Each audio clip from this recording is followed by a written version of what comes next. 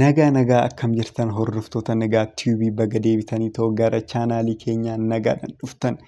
Akkuma barataniin chaanaalii kanarratti barumsa afaan Ingiliffaa afaan Oromootiin kan irratti barannudha jechuudha. Jalqabarraa kaastanii warroonni afaan Oromoo afaan Ingiliffaa hin beekne homaa hin dhiphatinaa ni barattu jechuudha chaanaalii kanarratti. Har'a waa'ee moodaal verbii paartii sadaffaadha. Waa'ee moodaal verbii paartii sadaffaa itti fufnaa jechuudha. Yeroo baay'ee moodaal verbiiwwan kunniin waa'ee nu rakkisanii viidiyoowwan lamaan irratti ilaaltanii yoo turtanis waa'ee kanaa dubbachaa turre. Warroonni viidiyoo lamaan san ilaalin laalaa dura isaan. Viidiyoo tokkoffaa lammaffaa kun sadaffaadha waan ta'eef jechuudha. Waa'ee hedduu barannee waa'ee kaanii barannee waa'ee koodii barannee waa'ee har'a kan barannu waa'ee shuudii fi aawuttuuti. Waa'ee may must isaan baranneerraa jechuudha. Har'a waa'ee shuudii fi aawuttuu kan jedhamanii barannaa jechuudha. Shuudii fi aawuttuu kana maaliif fayyadamu? We use them to what? Give advice, gorsa kennuuf. Make recommendations, yaada kennuuf. Yaada gorsa. Okay, inni biraa immoo talk about expectations. Wanta eegamuu haasa'uuf. Wanta tokko, wanta eegamu tokko jechuudha. Wanta inni dhufa jedhamee eegamu tokko haasa'uuf. Example yoo ilaalle moor ifa nuu ta'aa deema. Hin dhiphatinaa jechuudha. Okay. Fakkeenyaaf gara shuudii deemna amma dura shuudii ilaalla achi booda aawuttuu ilaalla. Use to give advice or make suggestion. Advaayisii gorsa kennuuf yookaan ammoo yaada kennuuf. Akkasumas ammoo to talk about something that's expected or likely to happen. Wanta eegamu tokko. Wanta ni dhufa jettanii yaaddan sammuu keessan keessatti. Wanta ni mudata jettanii yaaddan tokko ibsuuf shuudii kana fayyadamuu dandeessanii jechuudha. Fakkeenya yoo ilaalle ifa nuu ta'a. Fakkeenyaaf advaayisii yookaan ammoo gorsa kennuuf you should drink more water. Bishaan hedduu dhuguu qabda. You should drink more water. Amma you must osoo ta'ee dirqama dhuguu qabdanii asirratti immoo gorsa bishaan hedduu dhuguu qabda. Gorsa kennaafii jirtanii jechuudha. You should drink more water. You should drink more water. Kan itti aanu immoo kan jalaa she should study for the test. She should study for the test. Isheen qormaataaf qo'achuu qabdi. Isheen qormaataaf qo'achuu qabdi. Laaltanii yoo jiraattan jechuudha. Moodaal verbii kanniin yoo fayyadamnu tokko iddoo tokkootitti fayyadamuu dandeenya yeroo baay'ee. Garuu maal isinitti fakkaatee jabinnaa fi laafinna qaba. Amma asirratti you must drink more water jechuu dandeessan.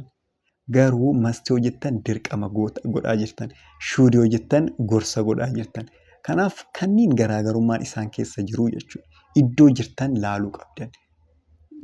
Dirqamaanan kennaa jiramoo akka yaadaatittan kennaa jiramoo kan jedhu addaan baafachuu qabdan jechuudha. So she should study for the test. Isheen qormaataaf qo'achuu qabdi jedha. Fakkeenya lammaffaan immoo kan itti aanu we should sleep early. We should sleep early. Dafnee rafuu qabna. Maybe ganamaan ka'an ta'a. We should sleep early. Dafnee rafuu qabna. Gorsa kunis. Kan itti aantu immoo he should see a doctor. Inni doktora bira dhaquu qaba yookaan doktora ilaalamuu qaba.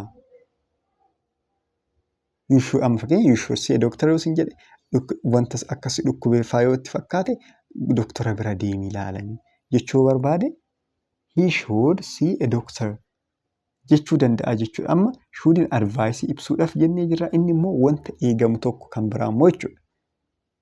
Expectationii ibsuuf. Wanta eegamu tokko ibsuuf shuudii fayyadamna. Example, the train should arrive soon. The train should arrive soon. Baaburri dhiyootti ga'uu qaba. Baaburri dhiyootti ga'uu qaba. Yookiin ammoo baaburri dhiyootti ni ga'a jechuudha.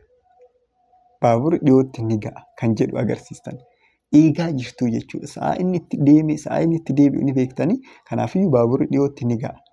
The train arrives soon. The train should arrive soon. Jettan. Fakkeenyi itti aantu immoo She should come. She should be home by now. Sa'a kana isheen mana ta'uu qabdi. Why?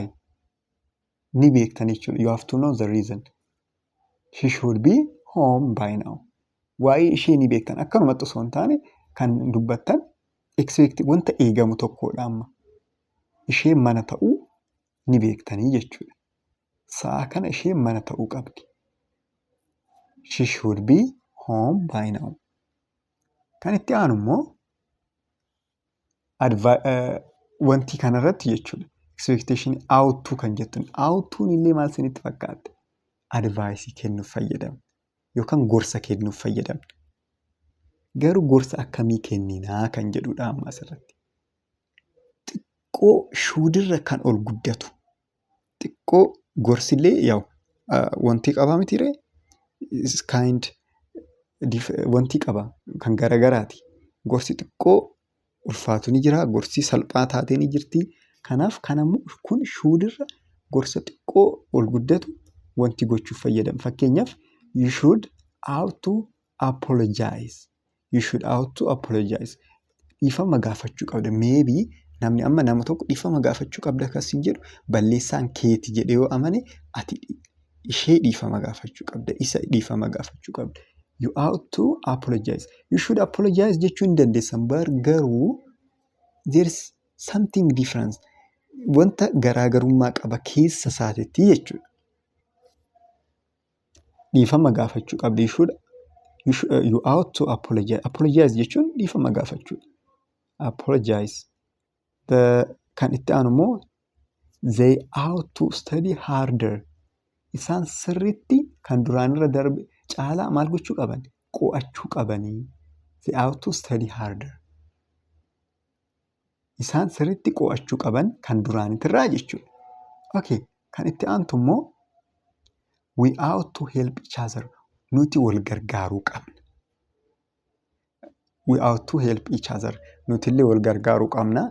An akkanatti viidiyoowwan garagaraa isiniifan qopheessaa. Isin immoo subscribe, like, share akkasumas ammoo yaadanaa barreessuudhaan akkasitti viidiyoo keenya share gochuudhaan namaaf akkasitti nu gargaaruu dandeessanii jechuudha. Kanaafiyyuu nuti wal gargaaruu qabna. Ani kanaan isinan gargaara, isin saniin na gargaarattanii. Kanaafiyyuu waliin guddannaa jechuudha. We ought to help each other. Nuti wal gargaaruu qabna. Kan itti aanu he ought to visit his parents. He ought to visit his parents. Inni maatii isaa gaafachuu qaba. Inni maatii isaa gaafachuu qaba kan jedhudha. So ought to kana maaliif fayyadamne? It's just similar to should but sometimes a little stronger. Similaridha shouldidhaan garuu strongidha, jabaadha shoudirraa jechuudha. Another one, to give moral advice or talk about what's right thing to do. Wanta moraalii ta'e yookaan ammoo wanta hawaasa keessatti wanti qabu tokko sirrii ta'e tokko wanta akkasii ibsuuf itti fayyadamuu dandeenya. Asirratti ilaaluu dandeessanii recap asirratti summarize godheen jira. Should advice ibsuudhaaf, expectation, ought to more strong advice kanneen akka qo'attanii fi inni biraa immoo gaafiiwwanis laaltanii ta'ummoo deebinillee isiniif wanti ta'a. Kanuma warroon onlaayiniidhaan direct jalqabarraa kaastanii barachuu barbaadan isin barsiisna. Barattoonni birootillee afaan Oromoos ta'uu danda'a jalqabarraa kan kaasanii Amaariffas afaan Ingiliffatis ni barsiisna jechuudha. Kanaaf isin nu waliin turuu keessan hin irraanfatinaa. Nu dubbisaa WhatsApp, Telegiraamii fi Imoodhaan jechuudha. Ammaaf bakkuma jirtanitti nagaa ta'a. Mee yaada keessanis nu barreessaa. Bye.